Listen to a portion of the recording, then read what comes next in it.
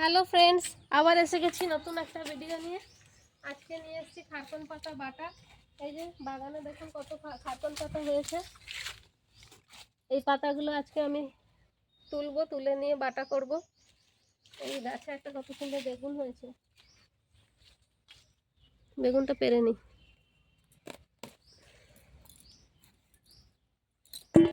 এই কত খারকন পাতা হয়েছে। এগুলো অনেকেই রান্না করতে জানে, আবার অনেকেই জানে না। যারা জানে না তাদের জন্য আজকে আমি নিয়ে এসেছি এই রেসিপিটা। এখান থেকে আমি কতগুলো খারকন পাতা তুলে নেব। এই খারকন পাতাগুলো ভাপিয়ে ভালো করে ধুয়ে তারপর ভাপ দিয়ে বাটা করব। এই সময় খারকন পাতা অনেক বেশি ভরে রয়েছে, আর এই খারকন পাতা খেতে খুবই সুস্বাদু।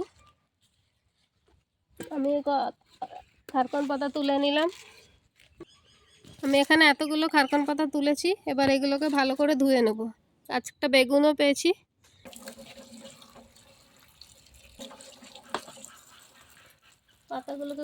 পাতাগুলোকে খুব ভালো করে ঘষে ঘষে ধুয়ে নিতে হবে। পাতা জিনিস, পাতাকে খুলে ভালো করে হাত দিয়ে ঘষে ঘষে জলের মধ্যে ডুবিয়ে ধুয়ে নিতে হবে। আমি পাতাগুলো ধুয়ে নিয়ে তারপরে আসছি। চলে এলাম ধুয়ে নিয়ে। এবার এগুলোকে আমি কেটে নেব। আমি খুব ভালো করে ধুয়ে নিয়েছি পাতাগুলো এক একটা করে। এবার এগুলো কেটে নেব, রাফলি ভাবে কেটে নেব।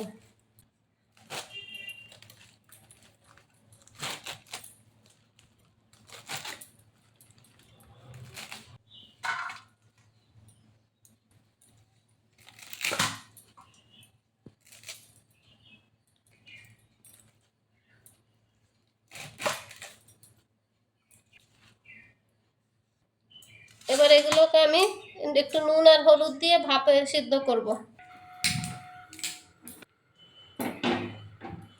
কড়াই বসিয়ে দিয়েছি। এবার এর মধ্যে অল্প একটু জল দিয়ে দেবো, 1 কাপ। বন্ধ করবে। এবার এই পাতাগুলো আমি এর মধ্যে দিয়ে দেবো। এবার উপর থেকে নুন দিয়ে দেবো, 1/4 টিস্পুন হলুদ গুঁড়ো দিয়ে দেবো। এবার একটু হালকা মতন নেড়ে এটা ঢাকা দিয়ে দেবো। এই অবস্থায় গ্যাসটা সিমে রাখবো।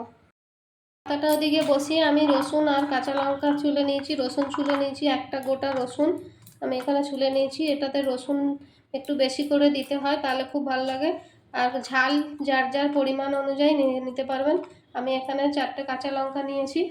এদিকে পাতাটা একবার দেখুন কেমন, অতটা পাতা কেমন জল বেরিয়ে একটুখানি হয়ে গেছে। এই পাতাটা মজে গেছে। এবার এই জলটার থেকে পাতাটা তুলে নেব আর জলটা ভালো করে ছেঁকে নেব।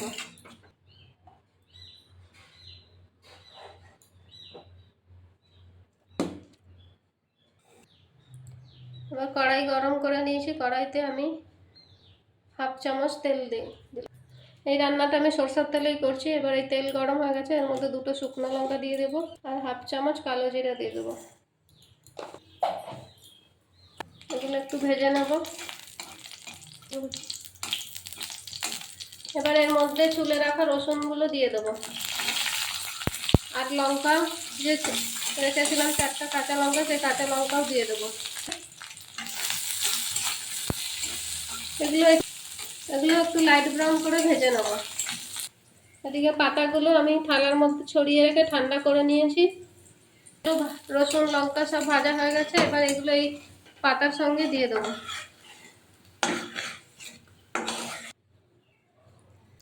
এবার একটা মিক্সির জার নিয়ে নিয়েছি। এবার এই পাতাগুলো এই জারের মধ্যে দিয়ে ব্লেন্ড করে নেব।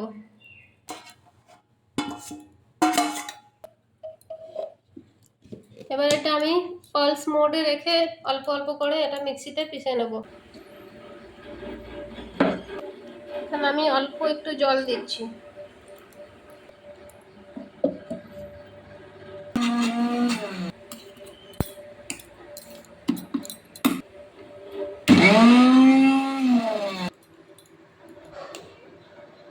এটা আমি এভাবে পেস্ট করে নিয়েছি, ফাইন পেস্ট। যাদের ঘরে মিক্সি নেই তারা ইচ্ছা করলে শিল নোড়াতেও পিষে নিতে পারেন। এবার ওই একই কড়াইতে আগের থেকে একটু তেল ছিল, আরও আমি 1/2 টেবিল স্পুন মতন তেল এর মধ্যে দিয়ে দিলাম। তেল গরম হয়ে গেছে। এবার বেটে রাখা পাতার পেস্টটা আমি এই তেলের মধ্যে দিয়ে দেবো।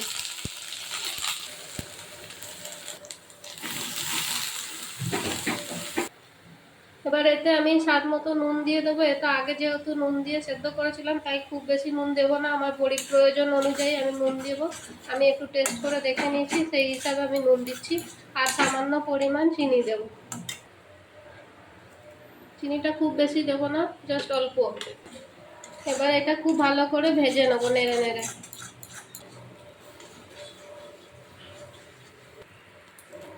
এটা ততক্ষণ নাড়বো যতক্ষণ না এর মধ্যে একটা বাইন্ডিং আছে। এই আমার বাইন্ডিং আসা শুরু করে দিয়েছে। আমি আর একটু শুকিয়ে নেব।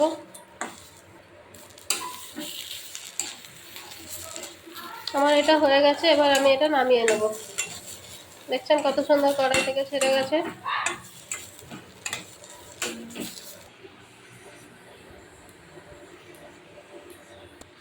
ওপর থেকে দুটো কাঁচা লঙ্কা আমি এইভাবে সাজিয়ে দেবো, শুধু দেখার জন্য সুন্দর দেখতে লাগবে তাই। আপনাদের এই রেসিপিটি ভালো লাগলে অবশ্যই আমার পেজটি লাইক করবেন, ফলো করবেন, আর আমার চ্যানেলটি সাবস্ক্রাইব করবেন। আর এই রেসিপিটি অবশ্যই একবার বানিয়ে দেখবেন। আজকের জন্য টাটা, আবার ফিরে আসবো নতুন কোনো রেসিপি নিয়ে। বাই।